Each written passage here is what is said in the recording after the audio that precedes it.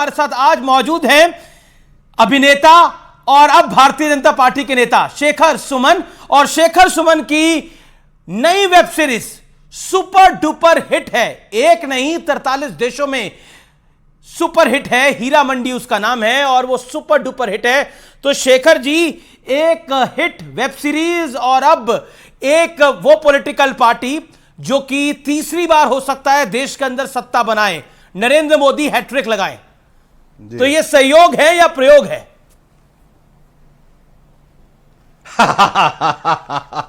देखिए, एक अभिनेता हमेशा प्रयोग पर ही निर्भर करता है। हीरा मंडी भी एक प्रयोग ही है, उसके कई सीन्स प्रयोग हैं, क्योंकि सेट पे आने पे सीन्स बदल देते थे भंसाली साहब, ये उनकी खासियत है। और फिर हम प्रयोग करते थे कि ये किस तरह से बेहतर किया जा सके।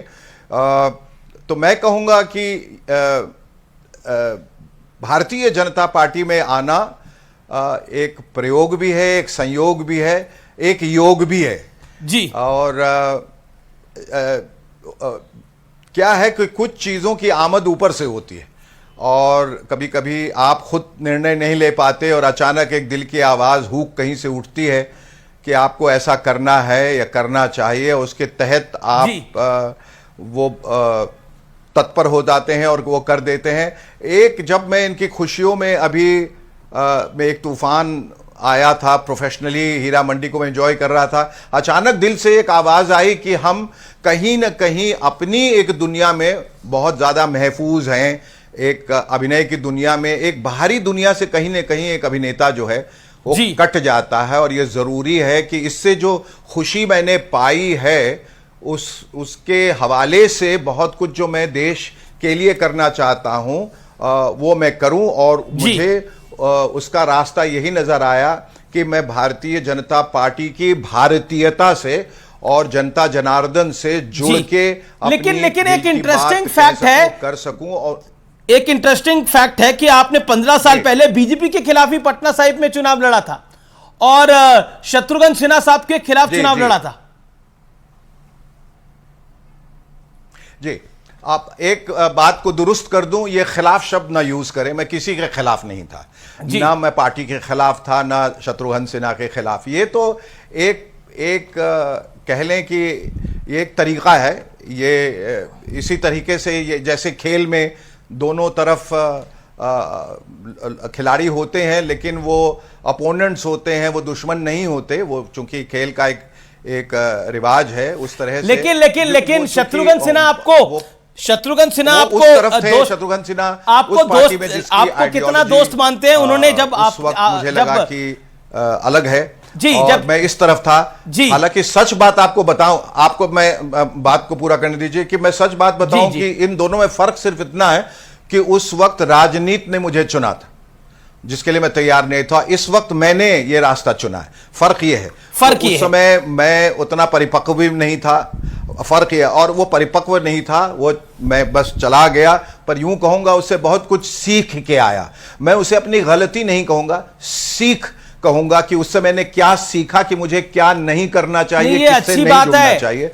ये अच्छी बात है कि आप लगातार सीखने का प्रयास करते हैं। लेकिन शत्रुघ्न सिन्हा ने कहा कि मेरी हार से क्या सीखे हैं शेखर सुमन। जब उनसे पूछा गया कि अब उन्होंने बीजेपी को ज्वाइन कर लिया है तो उन्होंने कहा कि हो सकता है वो मेरी हार को अब भूल गए हो, मुझसे मिली हार को भूल गए हो। देखिए, जिंदगी सिर्फ, देखिए मैं कुछ गलत नहीं कहना चाहता। शत्रु जी मेरे बड़े भाई की तरह हैं और बड़ा स्नेह, अब बहुत प्यार उनका रहा है। मैं बहुत सम्मान से उनकी तरफ देखता हूं, बहुत एहतराम करता हूं। पर जिंदगी सिर्फ हार और जीत का खेल नहीं है। और जिस हार की वो बात कर रहे हैं वो हार तो उन्हें भी मिली उसी पार्टी से, उसी कंस्टिट्यूएंसी से, उसी निर्वाचन क्षेत्र जी, उसी जगह। लेकिन राजनीति तो हार जीत का खेल है। राजनीति के अंदर एक हारता है और दूसरा जीतता है। नहीं, अगर बीजेपी जीतेगी तो कांग्रेस हारेगी, अगर मोदी जीतेंगे तो राहुल गांधी हारेंगे ही।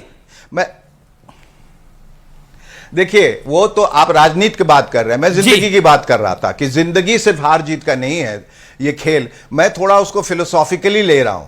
चूंकि मैं एक्टर हूं, मैं कोई इतना हार्डकोर पॉलिटिशियन नहीं हूं, और बीजेपी में आने की वजह राजनीति से ज्यादा जज्बात है, और मैं दिल से यहां आया हूं। तो कोई ऐसे ख्वाहिशें लेके नहीं आया हूं कि मुझे राजनीति का हिस्सा बनना है, मुझे पद चाहिए, पदवी चाहिए। मैं तब भी गया था जी। तो मैं अपने देश के लिए काम करना चाहता था, अपने प्रदेश के लिए काम करना चाहता था।